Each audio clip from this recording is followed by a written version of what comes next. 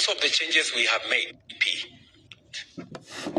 maybe 9%, maybe 10%, it is my intention to push savings as a percentage of GDP to between 25 and 30%. That is where a majority of countries are. And because of the changes we have made, the good news is that while we collected or saved 320 billion shillings for 60 years, in 2 years, we have doubled our savings, just in 2 years. By the end of this year, we will have 650 billion shillings saved because of the changes we have made. And by 2027, we will have 1 trillion saved.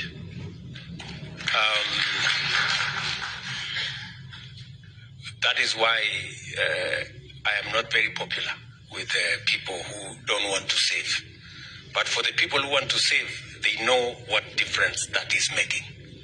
And that is how we are going to stop borrowing from other countries. We will be borrowing from our own savings to finance our own development. And if we must pay interest, let us pay interest to our own workforce in Kenya who are saving, instead of paying interest for, I don't want to mention countries where we are borrowing, where we are borrowing money. You know, the money we are borrowing from China, for example, is savings of the Chinese people, right? And you know that we are paying interest, and we are not paying small money. Why would we not pay Kenyans who are saving? That's the question I ask. So, I'm very happy with the progress that we are making, and progressively, people are beginning to see the reality of some of the interventions we are undertaking. I am also sure that you are aware that we have reformed our funding of our education system. We have straightened the CBC program that your chairman talked about. In 2022, there was a very big debate as to the implementation of CBC and the direction it was going. Immediately I came into office, I set up a presidential task force that gave us a way forward. And in 2 years, we've hired a record 76,000 teachers to support that program. We have changed the funding model. Today, the 23 universities that were almost bankrupt, if you speak to the vice chancellors of those universities, they will tell you the new funding model. And I have one chancellor here, who is a member of the diaspora. This is the chancellor of Cooperative University. He will tell you that that new funding model has made a whole difference in funding our universities and making sure that children, especially from poor backgrounds, get scholarships up to 90%, so that we give equal opportunity to all our children and that our education system leaves no child behind. You may also want to know that we have rolled out our Universal Health Coverage Program, commonly known as Taifa Care or SHA. And I was looking at the numbers last night. I get a report every evening at 10 p.m. And yesterday, 55,000 Kenyans registered. On average, every day, between 45 and 60,000 Kenyans register. For the first time, people who have never been on health insurance are experiencing health insurance. In the past, NHIF was reserved for people who are either salaried or they were in a position to pay. This time round, we have rolled out universal health coverage, a matter we have always wanted to do.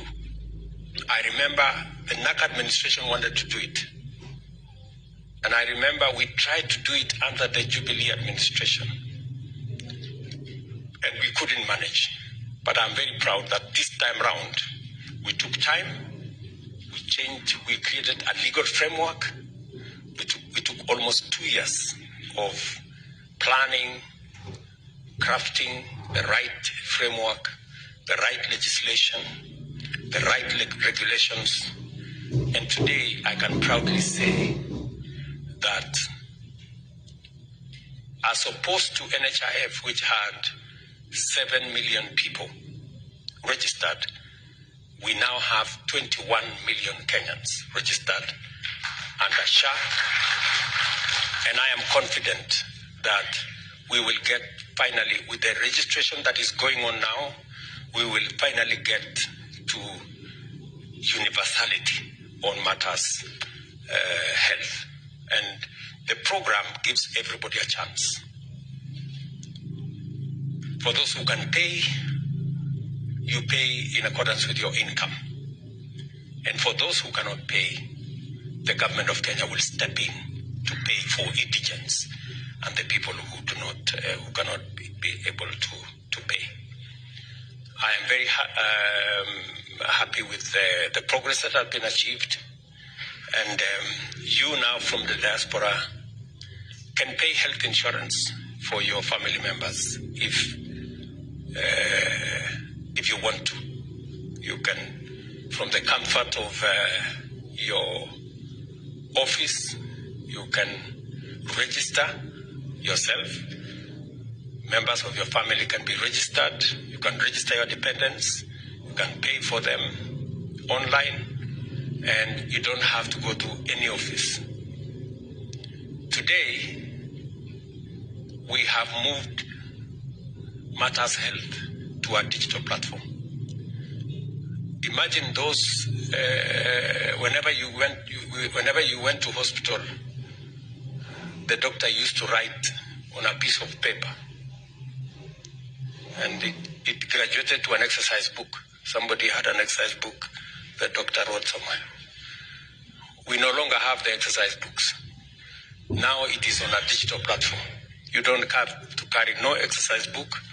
All you need to do is to go to a hospital, produce your ID, and your health record will be pulled from a digital platform. And the doctor will know which hospital you have gone to, what medicine you have been given, what is your health history, and they can take it up from there.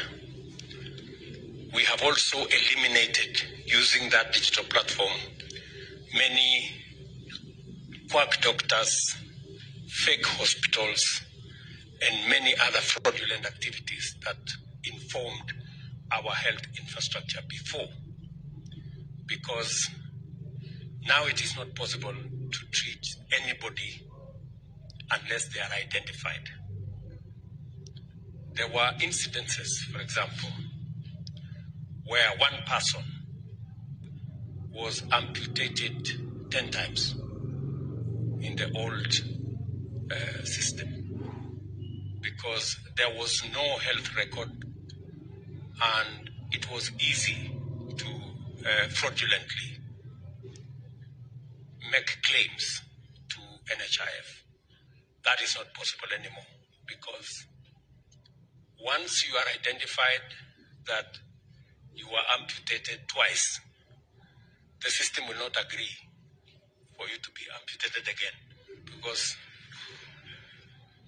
they will know that your limbs are finished.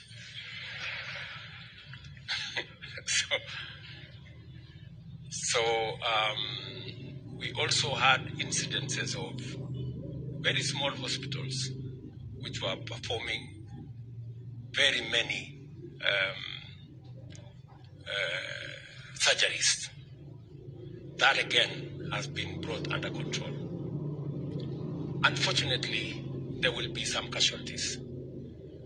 There are many hospitals, private facilities, that will close down. Why? because they were built on fake claims, which are no longer available. So we can only pay under this system for a service that has been provided. It is not possible anymore to make any fake claims. And so we are making steady progress, and I am confident with the transformation that Kenya is going through. Let me finalize by saying we are transforming our agricultural sector. You remember in 2022, we had many people in the streets of Nairobi with sufurias on top of their heads because unga was 240 shillings, that kind of thing. We have since reorganized that space and working with farmers with clarity of intervention, making sure that we don't subsidize consumption, as I said, but instead we support production. The reason why today the prices of unga have significantly come down from 230, now we are talking of 130, 140 shillings. Sometimes it comes down to 100, and I'm very happy with the progress that we have achieved in that space. Today, if you ask, because of the reform we have carried out in the agricultural sector, milk that was retailing at 35, 38 shillings, we now have standardized milk prices at 50 shillings to the farmer. Coffee that was selling at 50 shillings a kilo, if you check from your members of your families, this year we had the best prices of coffee because we supported farmers with fertilizer, and we have removed cartels, people who were farmers, brokers, millers, and buyers at the same time. And they significantly undermined the whole coffee sector. Today, coffee that was retailing at 50 shillings, 60 shillings a kilo, on average, is 110 to 140 shillings a kilo. And if any one of you is a coffee farmer, you will bear me witness. This year, last year again, we made huge progress with our tea. The year before, our total earnings from tea was 170 billion shillings. Last year, it moved all the way to 215 billion, the highest in Kenya's history. Again, because of favorable weather and because of the investments we made in promoting production of our tea sector. We have just concluded, for those of you who come from the sugar belt, the notorious sugar problem that has been with us for 30, 40 years. We've just concluded the reform of that sector. And for those of you who follow Kenyan news, the cartel in that sector was so vicious that I had to tell them, mambo ni matatu. And ever since I told them mambo ni matatu, now we have concluded the reform of that sector. And my intention is that, like the other sectors, the sugar sector that has suffered for many years, we are now going, the factories will now be able to pay farmers on time, pay workers on time, and for the first time, pay bonus to sugarcane farmers. The first factory did that last year. That is Mumias. And this year, we we have concluded the reform process of Chemelil, Miwani, Muhoroni, Soni, and Zoya. And by the end of this year, you will see a very big difference. Just because of the interventions we made. Last year, contrary to what we have done all the years, we imported very little sugar. And in the next 2 to 3 years, Kenya will be a sugar exporting country. Because of the interventions we made, 200,000 acres of new land was put under sugar production, because farmers can now see that there is seriousness in the sugar sector. So, this is the interventions we are making as a government. We are pulling our country in the right direction, and I am very confident that Kenya is going to be a better place for all of us. We must consistently, persistently work together towards making Kenya this great country that we all want it to be. It is not going to happen overnight. It is not going to be easy, but it is worth all our effort to make it work. I have every intention to make it work. And I am committed to transforming this, our country.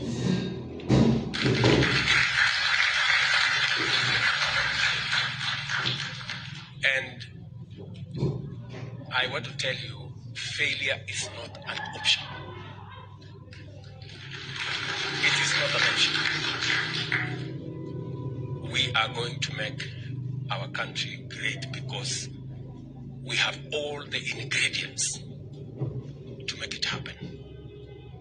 We have a hardworking population. We have the resources that we need. And we have the commitment to match what we require to push our country forward. I invite you, as Kenyans in diaspora, to work with us, to leverage on all the possibilities that exist for us to forge a collaboration, a coalition of making our country succeed.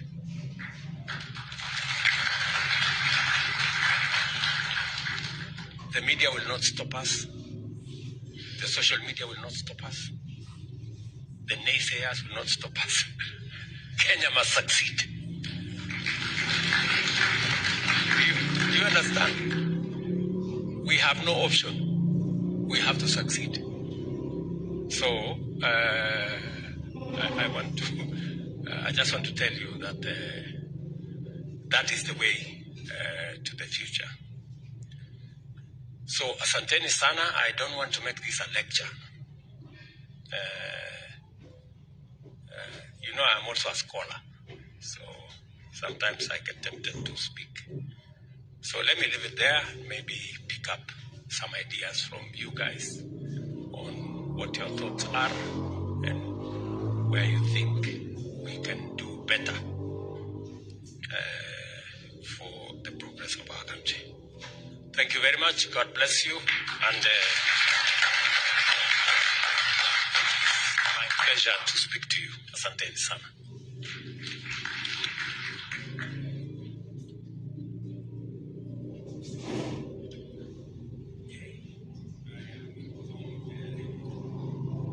I'm informed that there is another meeting.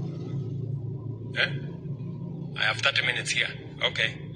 I have 30 minutes because there's another virtual meeting with the Secretary General of the UN on matters, peace and security in our region.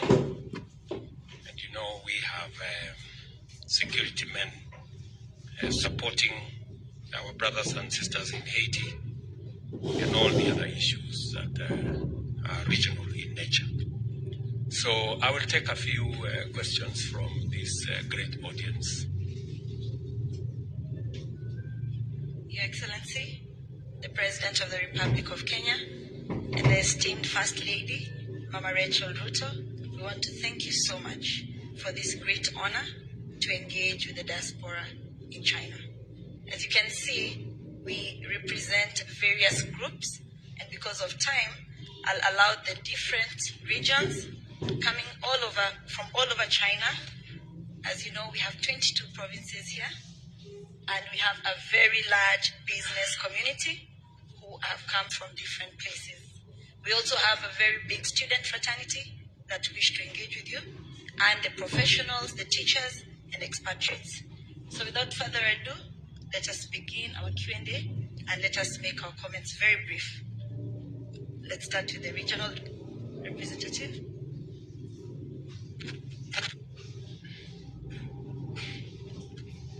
Thank you. Your Excellency, the President of the Republic of Kenya, Dr. William Ruto. Your Excellency, Mama, distinguished dignitaries, we welcome you to China. In Chinese language, we tell you Wang in Zhongguo, and you say Shishini. Good student. So, Your Excellency, my name is David Shemuti. We've got a few pressing issues on how we want to better our lives in China. And one of the aspects that we are going to discuss is the aspect of our duration of stay in China. Having realized that we've got a window whereby our reciprocity doctrine has not been established in having the same kind of visa, I've got a recommendation, not a question, that this is the right time for us to establish at least 2 years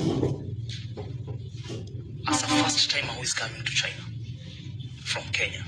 Wakenya wetu wakuja hapa na miaka 2. Mchinese akienda nyumbani ende miaka 2. Achukue pesa yetu yao huku wapeleke huko.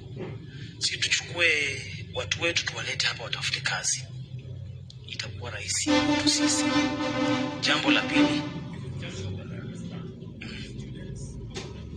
business people, because the student come with a student visa. Yes. The second question, for 2 years. Yeah. We can have a single exit of after 6 months, mtu anatoka na, which is okay. The second aspect that we're going to have a look at are the revenue, the tax value. Majority of our business people are losing due to the shift in the East African bloc. The focus now is running to Tanzania, Rwanda, Uganda. To an extent, even Kenyans are going to Uganda to buy goods and come sell back to China. Meaning that the trade in Kenya is suffocating. We are suffocating. Therefore, we request that you look at the value. Just review kidogo from 18% at some point, songesha hata 12%. From 25 hapo, cheza na hiyo maneno, wewe unajua hiyo maneno. Tutafanya biashara kwa tukiwa watu wengi sana. Na jambo la muhimu sana ninapomalizia nikipatiana hii microphone, because I know it's only 30 minutes that you have. You are a good father. And as you can see, all these faces are smiling. Na tuliambiwa kwamba mkono mtupu haulambwi. Wewe kama baba yetu tunashukuru sana umekuja. Umetengeneza mikataba na wa Chinese. Na mimi nasaidia wanafunzi kuja kusoma hapa China. I want to be also part of the people that are going to sign an agreement with you. I'm very happy that Honorable Kenyans is remaining behind. Tafadhali unione. So I want to give the president a gift, because wa Chinese wamempatia gift. Hata mimi naweza pia mpatia moja. Akifanya kazi nzuri kule atakuwa anakumbuka. Sinaruhusiwa. Yes. Yes. Thank you very much.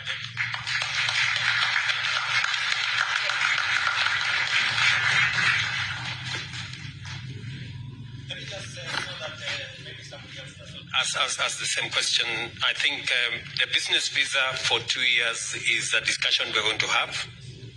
I think it's a good proposal, if it is, especially if it is reciprocal. If you scratch my back, I scratch yours. We will consider that as part of the conversation we are going to have around the economic partnership framework that we are signing tomorrow.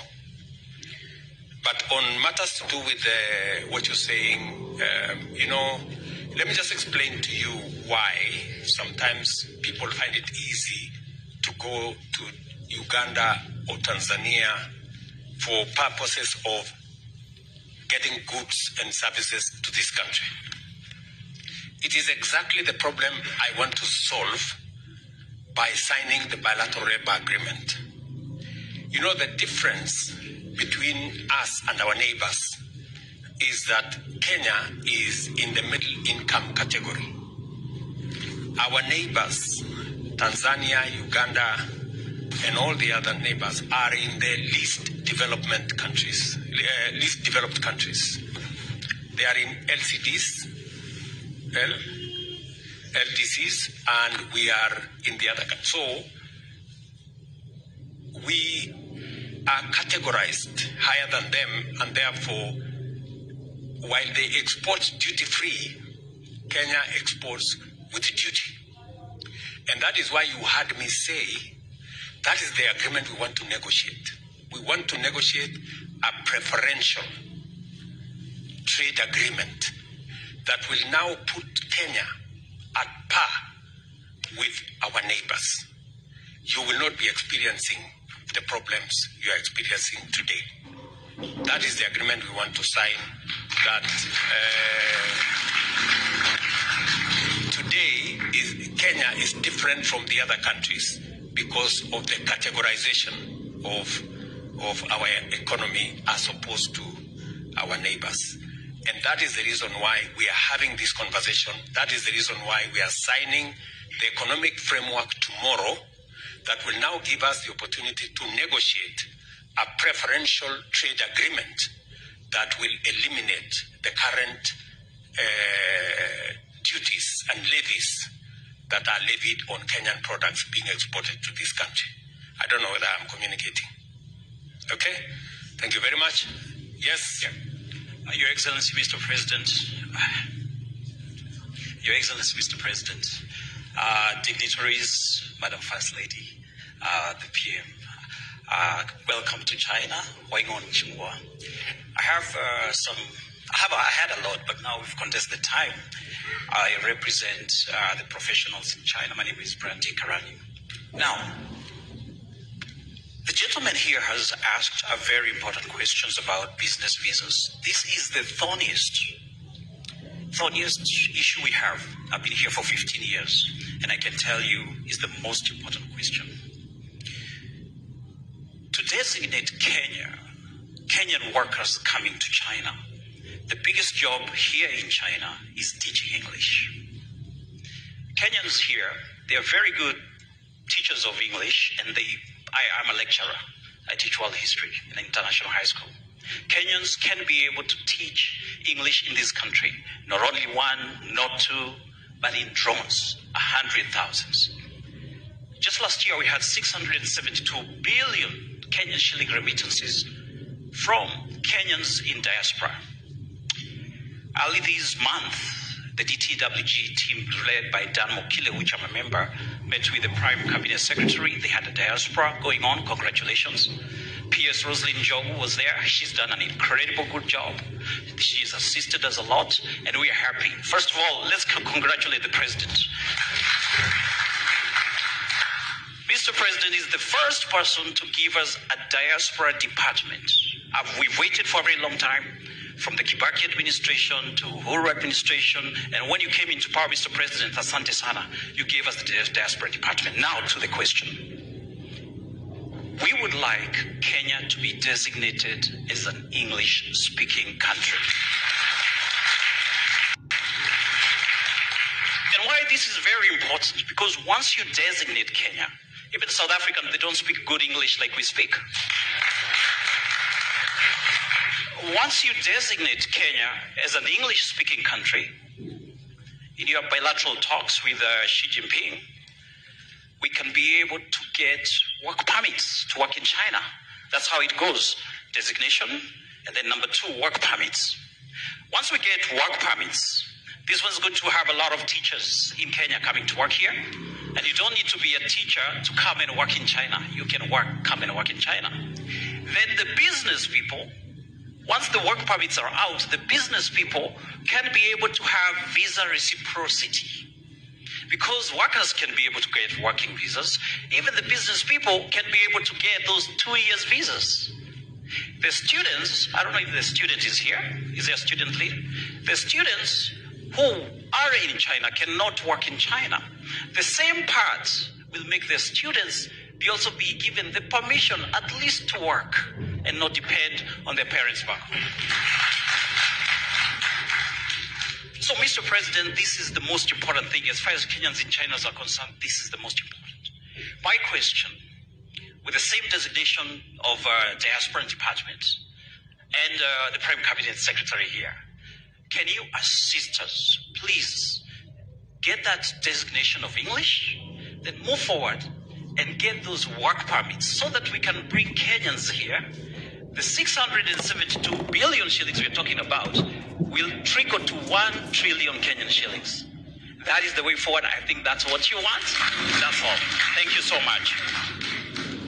Is that Mr. Karani? Did you say Karani?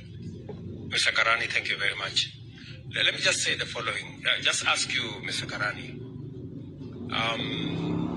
Did you say you want more Kenyans to come and work in China? Are you sure about that?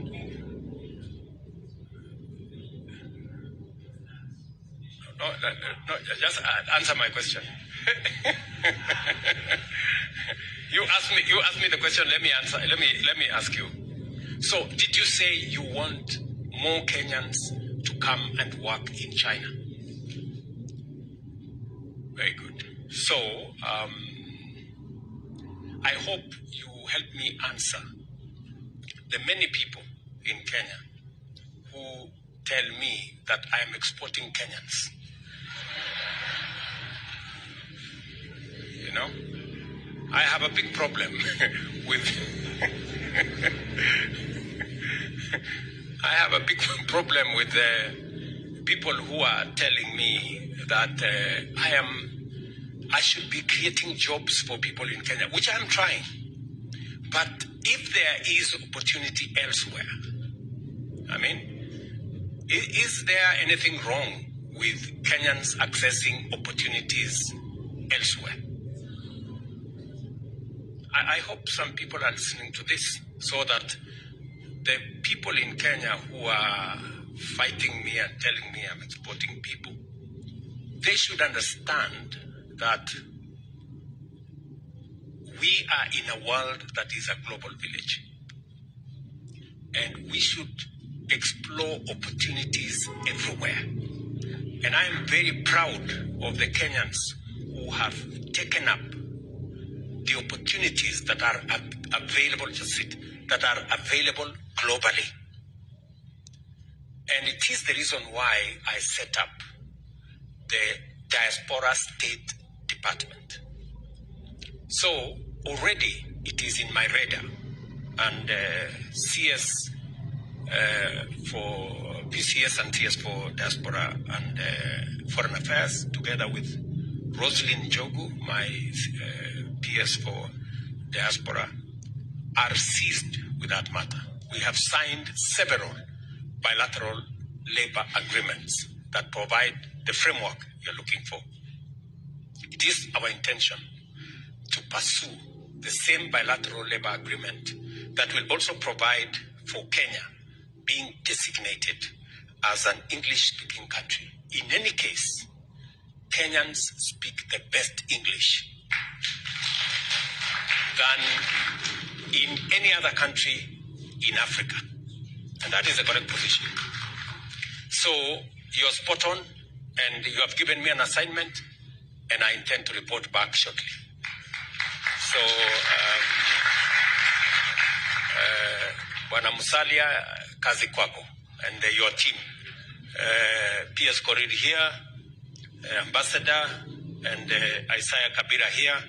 You know what you need to do so that we can get more teachers teaching globally, because we have developed a global workforce. We have developed one of the finest human resource that can work anywhere in the world. And we should deploy it to the advantage of Kenya. And that is the reason why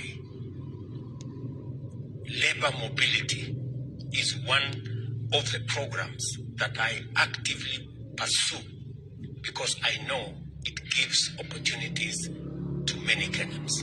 Today, we have close to 300,000 trained teachers in Kenya. The choice is, should they find opportunities elsewhere in the world, or should they wait for opportunities in Kenya? I think whenever the opportunity arises, whether it is in Kenya or in a foreign country, they should take up that responsibility. Thank you very much. So I have some assignment from you. I know we are running short of time, but let me give another 2 people. Your Excellency. Yes, proceed. Your Excellency, I recognize you. I also recognize Mama Rachel, and I stand on existing protocol. I do not represent any constituency, Your Excellency, because I am the only United Nations employee in China, from Kenya. We have